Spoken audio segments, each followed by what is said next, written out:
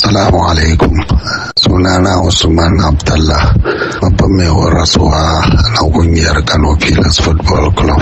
A sakamakon wani abin arziki na cigaba da ya same ni, na ga ba zan samu daman ba da lokaci na a wurin horar da kungiyar kafa ta Kano Pilas sosai ba, saboda koda zan zauna in yi ayyukan nan guda biyu da ke gabana, to ba za a samu lokaci na sosai inda zan mai da hankali guri ɗaya ba.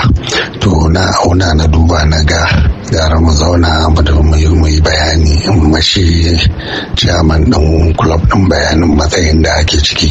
To sai na ga garan tunkar wannan abin da ya taho min a gaban nawa, wanda yake ci gaba ne rini, kuma na daɗe dama ina sauraron wannan abu da ya zo.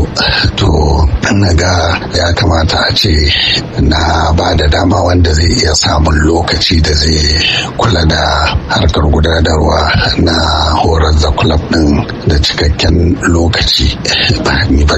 Idan na tsaya zan raka kamar tafiye-tafiye yau na nan gobe ba na nan, kuma zai iya yi affecting club din. Sai na zauna da muka yi bayani, na tattauna na ga ya fi sauki a maslahar da take gani, ya fi saboda club din ne a gaban kowa. Sai sa take ganin gara in tinkari wannan aikin da ke gabana in gani. To amma duk da haka dai, ko na nan ko ba na nan, kungiyar kwallon kafa ta mu ce ta Kano Pilas gaba daya. Wani taimako da gudunmawa da ake bukata gare mu, muna nan kuma muna bayarwa, muna mata fatan alheri.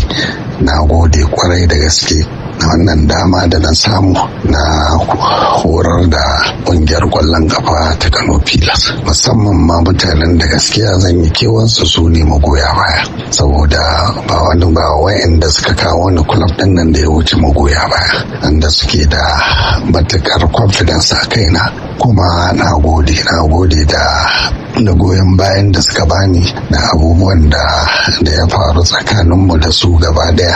Na roƙon Allah ya yafe mana gaba daya, kuma mu yafe wa juna, mu yi wa juna addu'a, mu ci gaba da abubuwan mu da ke gaban mu da zamu da ya tunkaro. Na gode kwarai da gaske, na gode. Assalamu alaikum.